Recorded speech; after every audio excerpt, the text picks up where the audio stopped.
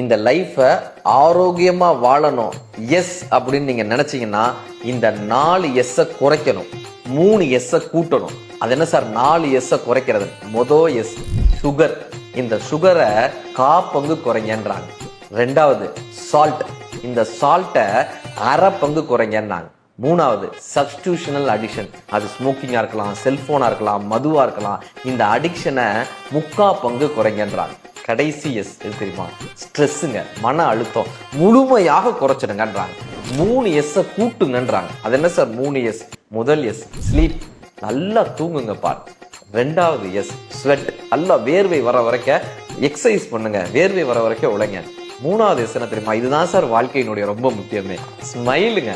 Smile, சிரிப்பு. வெயில் கேற்ற நிழல் உண்டு, வீசும் தென்றல் காட்டுண்டு, கையில் கம்பன் கவி உண்டு, கலசம் நிறைய அமுதுண்டு, தெய்வ கீதம் பல உண்டு, தெரிந்து பாட நீ உண்டு, வையத்தில் சொர்க்கம் வேறு உண்டோன்னு கேட்டிருப்பார். இப்படி ஒரு புன்சிரிப்போட நல்ல உடல் ஆரோக்கியத்தோடு இருக்கும்போது இந்த வாழ்க்கை நாம் வாழ்கிறோமா என்று கேட்டால் இந்த வாழ்க்கை நம்மை எஸ் என்று ஆதரிக்கிறது.